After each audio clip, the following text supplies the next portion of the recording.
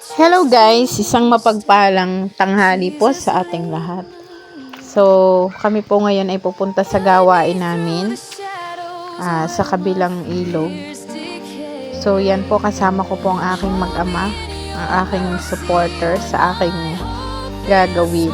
Yan, siya po kasi yung driver, hindi po kasi ako marunong magmaneho. So, yung anak ko naman po, yan, laging kasama sa ministry. So, ito po pala yung daan papuntang Barangay Callejon, San Antonio, Quezon, di ba? From Salao, Rosario, Batangas, pag nakaliban po kayo dito sa ilog, nasa San Antonio, Quezon na kayo. Di ba? Ganun po kabilis. Kailangan nyo lang lumiban dito. Ito po yung pinaka-shortcut. So, yan o. Katanghali ang tapat po. Yan. Tanghali po. Ito ay almost magto-12 na ng tanghali.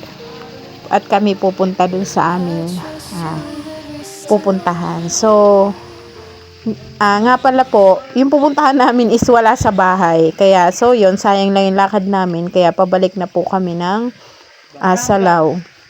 So, yan po. Naglalakad po ang aking mag-ama. At, kami po ay kasalukuyang narito sa ilog. Yan.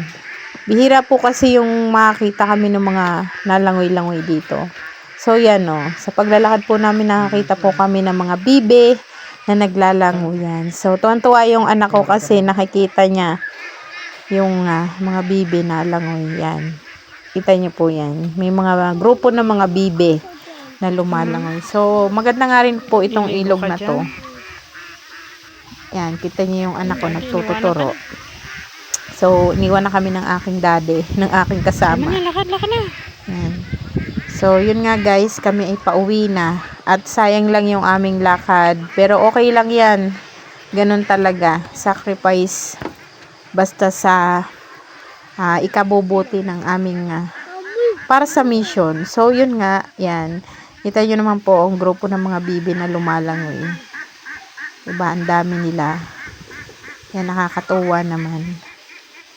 So, yun guys, kami ay biglang napahinto kasi nga malayo-layo din yung aming nilakad. So, nagpapahinga kami dito sa may lilom. Yan, nanonood kami ng mga nalangoy na mga bibe. Actually, bitik yata to, itik. Ewan ko, brown kasi siya eh. Oh, yan, brown po siya. So, yun guys, kami po ay pauwi na. Kasama ang aking mag-aama. Yan. So, may nakita pa po silang gagamba. Naggagamba pa. So, yun guys, maraming salamat.